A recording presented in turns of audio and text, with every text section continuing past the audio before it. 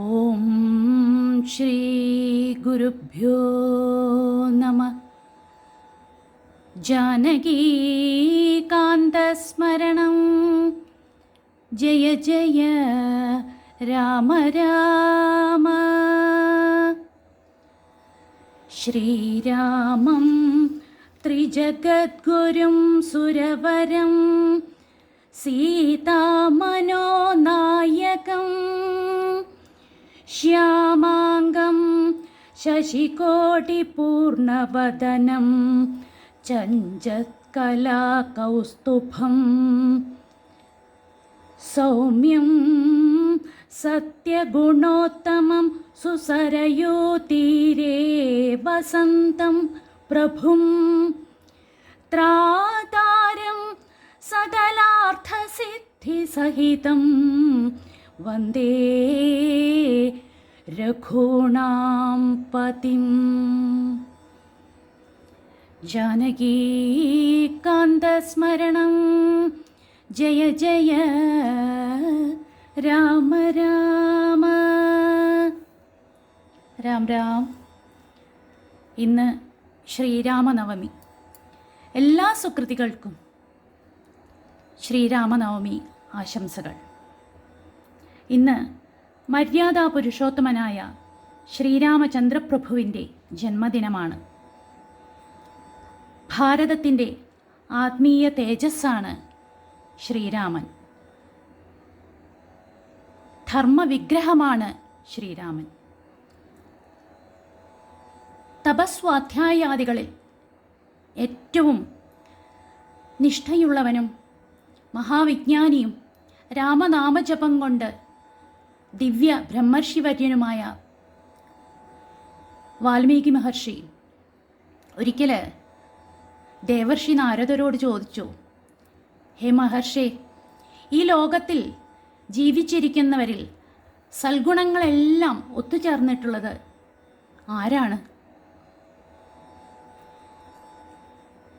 ചോദിക്കുകയാണ് വാൽമീകി മഹർഷി. ധൈര്യം, വീര്യം, കൃതജ്ഞത, ധർമ്മജ്ഞാനം, സത്യം, വ്രതനിയമാദികളിൽ അചഞ്ചല നിശ്ചയം, ഉത്തമ ജീവിതചര്യയിൽ ആസക്തി, സർവജീവജാലങ്ങളിലും കാരുണ്യം, അപാര വിജ്ഞാനം, സത്കാര്യങ്ങൾ എന്തും ചെയ്യുവാനുള്ള കെൽപ്പ്, ഏതൊരുവൻ്റെയും കണ്ണിന് ആനന്ദമേകത്തക്ക മനോഹാരിത്വം, ആത്മപ്രഭാവം, കോപാദിഭാവങ്ങളെ ഒതുക്കുവാനുള്ള കഴിവ്, അസൂയ തുടങ്ങിയ ദുർഗുണങ്ങളില്ലായ്മ, ശ്രീ, ക്ഷമ, ക്രോധാവിഷ്ടനായി ആയുധമെടുത്താൽ ദേവന്മാരു പോലും ഭയപ്പെടത്തക്ക മഹാരഥത്വം മുതലായവയെല്ലാം കൂടിച്ചേർന്ന മനുഷ്യനെപ്പറ്റി കേൾക്കുവാൻ വളരെയേറെ ആഗ്രഹമുണ്ട്.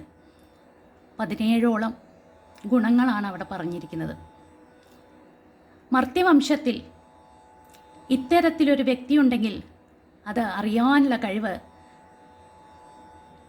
മഹർഷീശ്വരനായ അവിടത്തേക്കല്ലാതെ മറ്റാർക്കുണ്ട്? ഇതാണ് ചോദ്യം. ചോദ്യം കേട്ട് അതീവ സന്തുഷ്ടനായിട്ട് നാരദ മഹർഷി പറഞ്ഞു, ഇത്രമാത്രം ഉത്തമ ഗുണങ്ങളൊത്ത ഒരു മനുഷ്യൻ വളരെ വിരളനാണ്. അത്രമാത്രം ശ്രേഷ്ഠതരങ്ങളായിട്ടുള്ള സൽഗുണങ്ങളെല്ലാം ഒത്തുചേർന്ന ഒരു വ്യക്തിയെ മാത്രമേ എൻ്റെ ഓർമ്മയിൽ കാണുന്നുള്ളൂ. അത് ഇക്ഷ്വാകുവംശത്തിൽ ജനിച്ച സാക്ഷാൽ ശ്രീരാമചന്ദ്രനാണ്. മനോനിയന്ത്രണം ചെയ്ത അദ്ദേഹം ധൈര്യം, വീര്യം, പൗരുഷം എന്നിവയുടെ ഇരിപ്പിടമാണ്. വാഗ്മിയായ ശ്രീരാമൻ മഹാബുദ്ധിമാനും നീതികളെല്ലാം അറിയുന്നവനും ശത്രുനാശകനുമാകുന്നു. വിസ്തൃതമായ നെറ്റിത്തടം, നീണ്ടതും വികസിച്ചതുമായ കണ്ണുകൾ, ഉയർന്ന തോൾ, നീണ്ടുരുണ്ട കൈകൾ, ഒത്ത ഉയരം, വണ്ണം, ലക്ഷണങ്ങളൊത്ത അവയവങ്ങൾ, ശ്രീയാർന്ന നടത്തം, വിശാലമായ മാറിടം, അജയ്യമായ പരാക്രമം, മനോഹരവർണം എന്നിവയെല്ലാം ആ മഹാപുരുഷനിൽ ഉള്ളവയാണ്. ശുഭലക്ഷണങ്ങളോടുകൂടിയ അംഗപ്രത്യംഗങ്ങളൊത്ത ആ പ്രതാപി ധർമ്മജ്ഞനും അനശ്വര യശസ്സാർജിച്ചവനും വിജ്ഞാനപാരംഗതനും ദേവദേവനായ വിധാതാവിനു തുല്യം ശ്രീമാനും സത്യയുദ്ധപ്രിയനും ശത്രുക്കളുടെ അന്തകനുമാകുന്നു. സകല ജീവലോകങ്ങളുടെയും രക്ഷകൻ, ധർമ്മത്തെ പരിരക്ഷിക്കുന്നവൻ, സ്വധർമ്മത്തെയും സ്വജനത്തെയും ശാസിക്കുന്നവൻ, വേദവേദാംഗ തത്വങ്ങളെല്ലാം അറിയുന്നവൻ, സർവശാസ്ത്രങ്ങളുടെയും മറുകര കണ്ടവൻ, വില്ലെടുത്തവരിൽ അദ്വിതീയൻ, അതിബുദ്ധിയും അമേയ പ്രതിഭയുമൊത്തവൻ, സകല ലോകത്തിനും പ്രിയമേകുന്നവൻ, ഒരിക്കലും ക്ഷീണം തട്ടാത്ത ആത്മചൈതന്യമാർന്നവൻ, സച്ചരിത വിചക്ഷണൻ, നദികൾക്ക് സമുദ്രം പോലെ സജ്ജനങ്ങൾക്ക് ആശ്രയമായിട്ടുള്ളവൻ, ഏതൊരുവനെയും തുല്യനായി കാണത്തക്ക പുരുഷോത്തമൻ, ഏതൊരു ജീവിക്കും ദർശനമാത്രയിൽ തന്നെ പ്രിയമേകുന്നവൻ എന്നിങ്ങനെ സർവഗുണസമ്പന്നനാണ് കൗസല്യാനന്ദനായ രഘുവരതിലകൻ.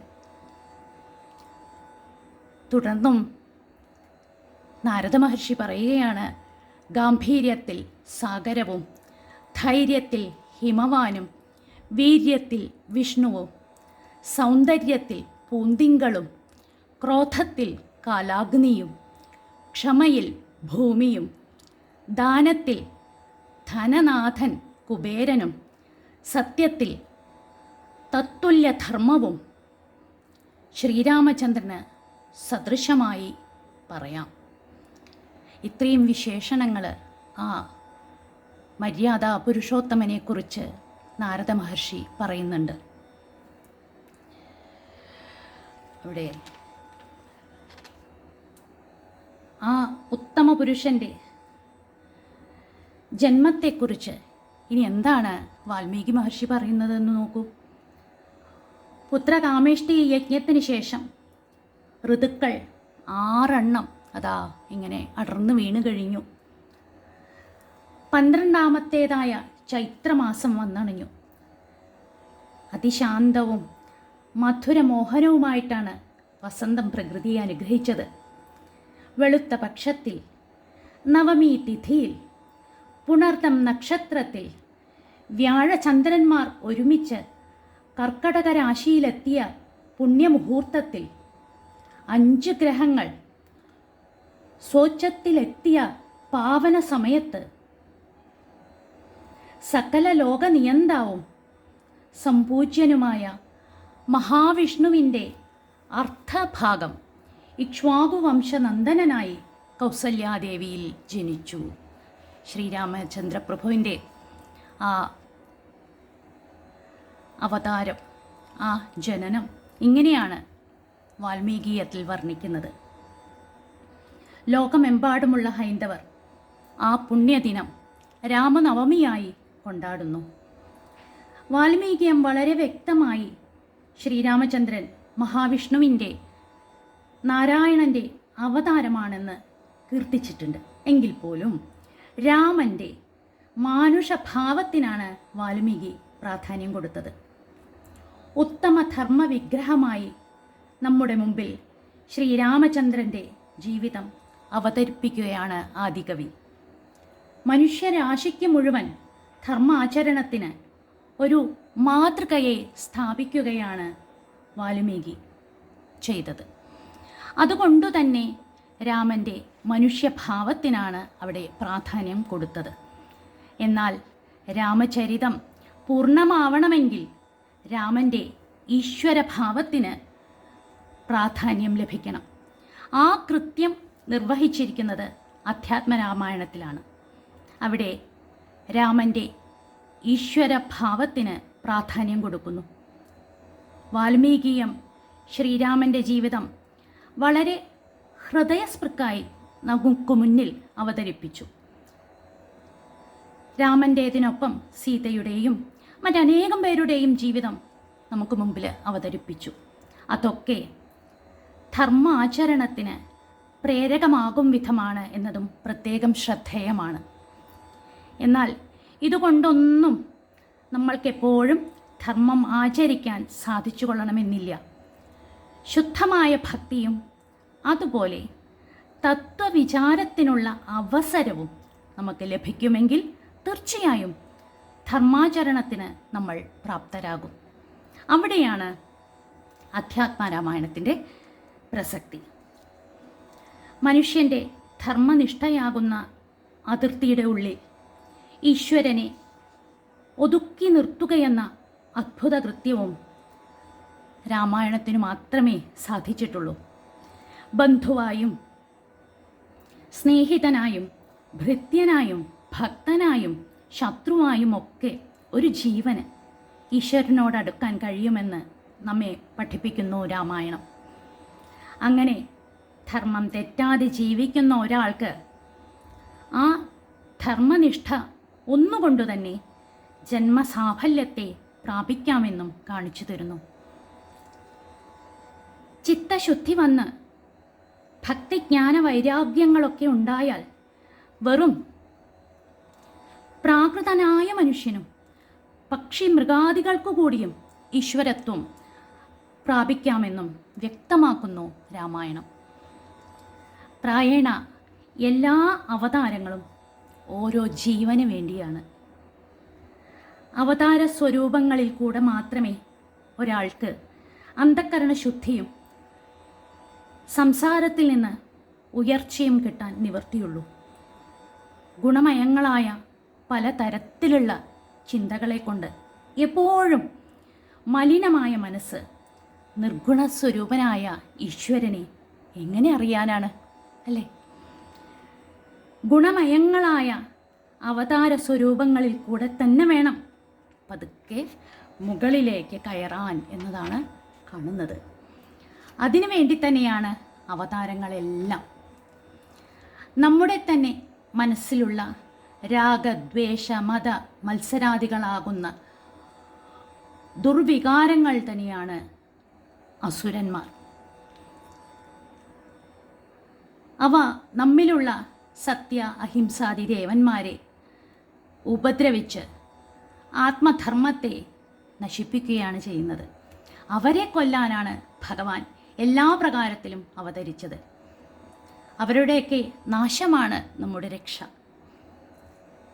എപ്പോൾ ആ ഭഗവാൻ അവതരിച്ച് നമ്മുടെ മനസ്സിലേക്ക് എഴുന്നള്ളുന്നുവോ അപ്പോൾ മാത്രമേ ആ ആസുരീ ശക്തിക്ക് നാശമുള്ളൂ. അതിനാൽ ഭഗവാനെ വേഗം അങ്ങ് എഴുന്നള്ളണേ. ഇന്ദ്രിയ ചാബല്യങ്ങളാകുന്ന രാവണനെ കൊല്ലാൻ ഹേ ശ്രീരാമചന്ദ്ര പ്രഭു അങ്ങ് വേഗം എൻ്റെ മനസ്സിലേക്ക് എഴുന്നള്ളണേ. ഈ രാമനവമി ദിനത്തിൽ ഇതാവട്ടെ നമ്മുടെ ഓരോരുത്തരുടെയും പ്രാർത്ഥന. ഒരിക്കൽ കൂടി രാമനവമി ആശംസിച്ചുകൊണ്ട് നഹി മാതാ നഹി താതോ നഹി മമ തനയാംശ നൈവ സോദര്യഃ ഇതി മമ നികടേ മൃത്യോ രഘുപതിരയമേവ ബന്ധുരാസന്നഃ. എന്താണ് പറയുന്നത്? എനിക്ക് മരണം വരുമ്പോൾ അല്ലെങ്കിൽ എൻ്റെ മരണസമയത്ത് ബന്ധുക്കളായി അമ്മയില്ല, അച്ഛനില്ല, പുത്രന്മാരില്ല, സഹോദരന്മാരില്ല, ഒരുത്തരുമില്ല. ആ സമയത്ത് ശ്രീരാമചന്ദ്രൻ മാത്രമാണ്, രാമനാമം മാത്രമാണ് എനിക്ക് ബന്ധുവായിട്ടുള്ളത്. ആ പാദങ്ങളിൽ നമുക്ക് മുറുകെ പിടിക്കാം.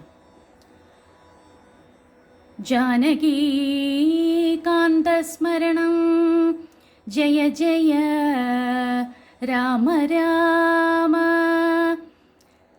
സർവത്ര ശ്രീരാമനാമ സങ്കീർത്തനം ജയ ജയ രാമ രാമ. ജയ ശ്രീരാം.